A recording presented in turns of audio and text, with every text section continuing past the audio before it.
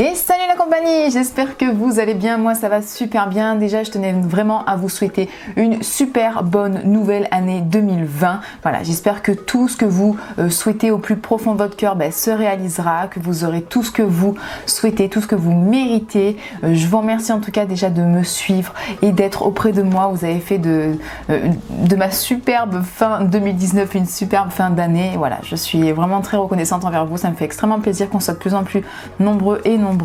J'espère vraiment que 2020 continuera ainsi. Je sens que 2020 c'est mon année. Voilà, je sais pas pourquoi, mais depuis l'année dernière, je me dis 2020 c'est mon année. Alors j'y crois.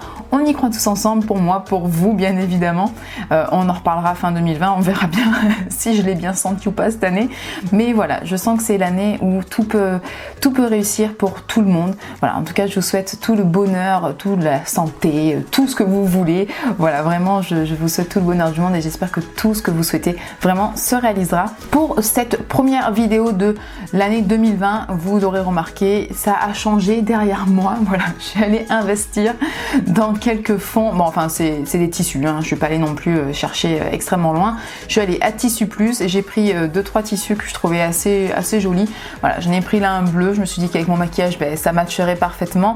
Voilà, donc j'espère que ça vous plaît. N'hésitez pas à me dire ça en commentaire. Vous l'aurez donc compris que aujourd'hui c'est le tuto de ce make-up. Voilà, j'espère qu'il vous plaît, que ce tuto va vous plaire. Je parle pas plus et je vous laisse avec la suite de la vidéo. C'est parti, let's go! J'ai déjà mis ma base P. Louise, mis le fard beige sous l'arcade sourcilière. Je viens prendre ma palette Joe Breaker de chez Jeffree Star Cosmetics et je viens prendre la teinte Soaked qui est ce très beau bleu. Je vais l'appliquer avec un 230 de chez Zoeva et je vais en fait vraiment au-dessus du creux, pas vraiment dans le creux, j'essaie d'être un petit peu au-dessus et donc comme d'habitude je pose d'abord la matière, j'en ai pas assez pris, voilà, donc je tapote pour déposer la matière.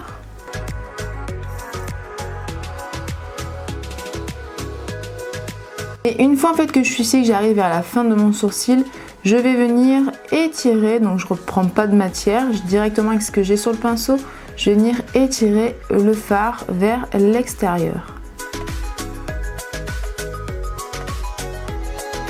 Et ensuite je commence légèrement à estomper les bords, comme d'habitude. J'ai eu 2-3 petites chutes, donc je viens tout de suite les essuyer, j'attends pas qu'il y en ait trop, sinon ça va tacher le teint. Pour estomper un petit peu plus les bords, je garde la même palette et je viens prendre la teinte Brain Freeze, qui est ce bleu très clair. Et donc je viens estomper les bords avec un pinceau de chez Belly, un petit pinceau estompeur, mais vous voyez, assez fin, qui peut être assez précis, parce que je veux estomper les bords, mais je veux pas non plus que la couleur remonte trop vers le sourcil. Bon, voilà ce que ça donne, je suis pas hyper satisfaite, mais ça fera l'affaire.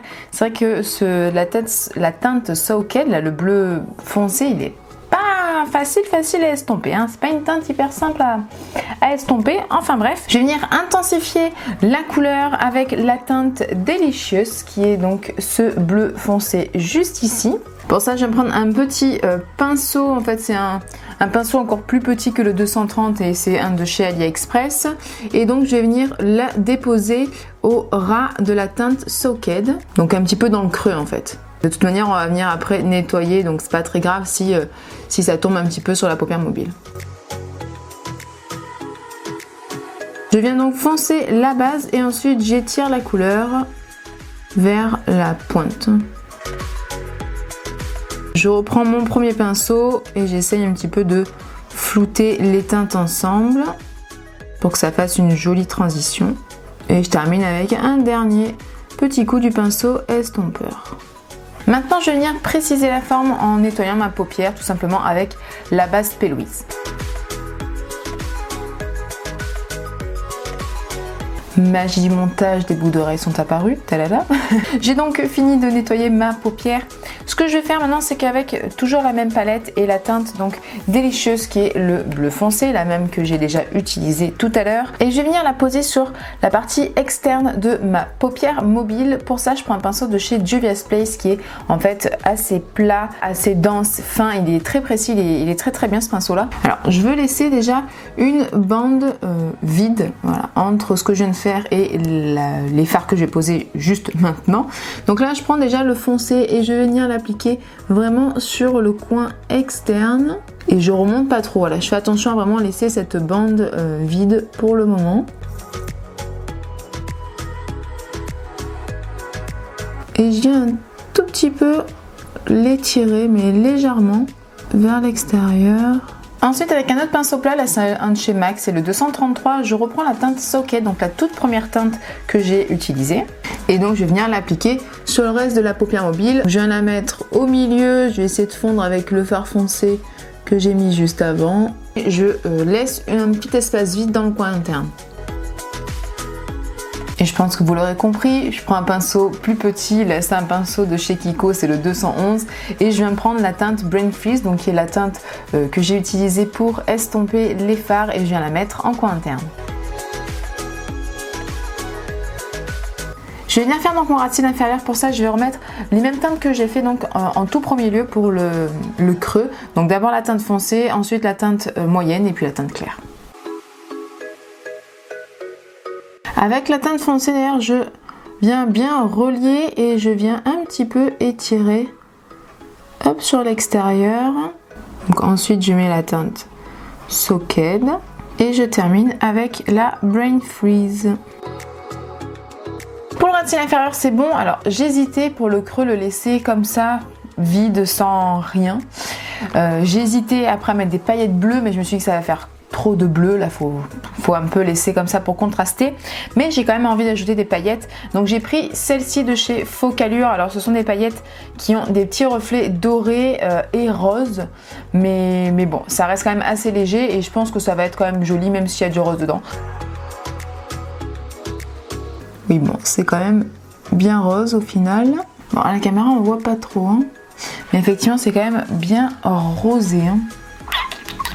C'est un peu trop rose à mon goût. Ce que je vais faire, c'est qu'avec la palette toujours de Jeffree Star, je vais venir prendre la teinte Jawbreaker, je crois que c'est ça, Jawbreaker, donc qui est celle-ci, en fait qui a beaucoup de reflets dorés, et je vais venir l'appliquer par-dessus. Pour être bien précise, je viens prendre donc un pinceau fin et biseauté, et je vais venir délicatement et directement tapoter sur la partie restante. Voilà, au moins ça camoufle un petit peu plus le côté rosé et ça donne un petit peu plus un côté champagne doré. Je trouve ça beaucoup plus joli. Ah oui, ouais c'est beaucoup mieux. En plus ça ressort encore plus et ça apporte un côté bien plus irisé qui manquait au maquillage puisque c'était totalement mat, hein. Je vais terminer par illuminer le coin interne. Pour ça, je prends ma palette Going Out de chez Beauty Bay et je viens prendre le fard Remix qui est donc celui-ci, qui est en fait un fard duochrome. Je l'applique avec le même pinceau de chez Kiko où j'avais appliqué déjà le bleu clair, et je viens le poser vraiment dans le coin interne par-dessus le fard. Waouh, c'est super joli. C'est très bleu mais ça pète de suite, ça illumine beaucoup plus le maquillage. Pour les fards, c'est terminé. Ce que je vais faire, c'est que je vais mettre un crayon noir dans la muqueuse supérieure et un crayon bleu nuit dans la muqueuse inférieure. C'est un de chez Kiko, c'est le numéro 15, et pour le noir, c'est celui de chez Marc Jacobs. Ensuite, passons au liner. Donc pour ça, je vais prendre mon liner de chez Suva Beauty, donc l'Hydra Liner en teinte Grease. Je viens donc l'humidifier avec ma petite bombe à eau. Et j'ai donc tracé le trait avec mon pinceau de chez London Brush Company, le classique 0. D'ailleurs, si jamais vous n'étiez pas assez précis au niveau donc du trait en creux de paupière, sachez qu'avec la base, avec votre base ou votre anti-cerne et un petit pinceau liner, j'aurais très bien pu repréciser la forme avant d'appliquer mon fard pailleté ou mon liner pailleté, hein. C'était totalement possible. Bon, moi ça m'allait très bien au niveau de la forme, mais voilà, si jamais ça avait trop bavé ou peu importe, vous avez fait une trace ou je ne sais quoi, voilà, sachez que vous pouvez tout à fait repréciser avec un pinceau liner. Bref, donc là je vais faire mon trait de liner.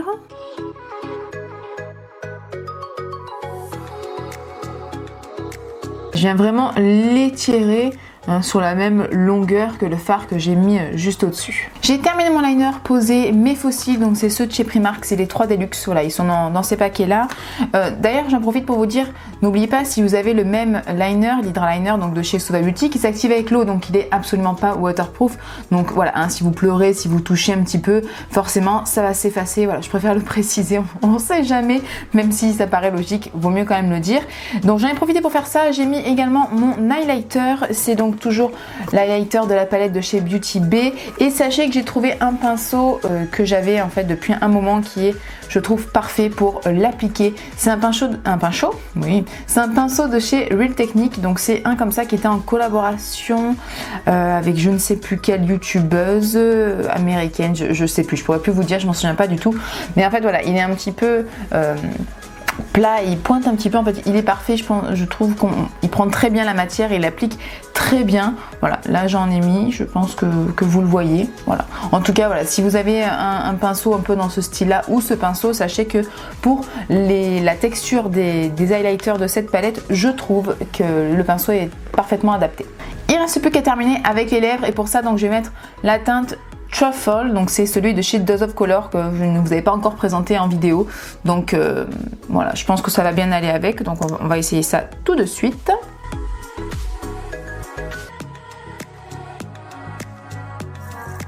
C'est un petit peu clair quand même, mais ça fera l'affaire. Je l'ai déjà porté plusieurs fois. Au niveau de l'application, je trouve qu'il est hyper facile à appliquer. Il a une très bonne texture. Là, j'aime bien, c'est ni trop liquide ni trop épais. Je trouve que c'est parfait, ça s'applique très bien. L'embout, j'aime beaucoup ce petit embout un petit peu incurvé. Je trouve que ça épouse vraiment parfaitement les lèvres et c'est assez facile du coup à dessiner, à faire votre rouge à lèvres, quoi, à faire vos lèvres tout simplement sans besoin de crayon. Et aussi le goût, pas le goût parce qu'on le mange pas, mais l'odeur, je trouve que c'est une odeur assez sucrée et voilà, je trouve que c'est très agréable aussi. Bon, enfin voilà. Et donc voici le look final.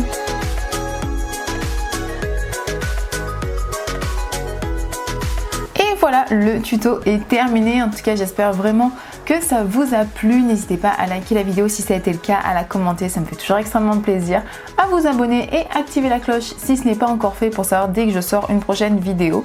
Je vous fais de très gros bisous et je vous dis à bientôt.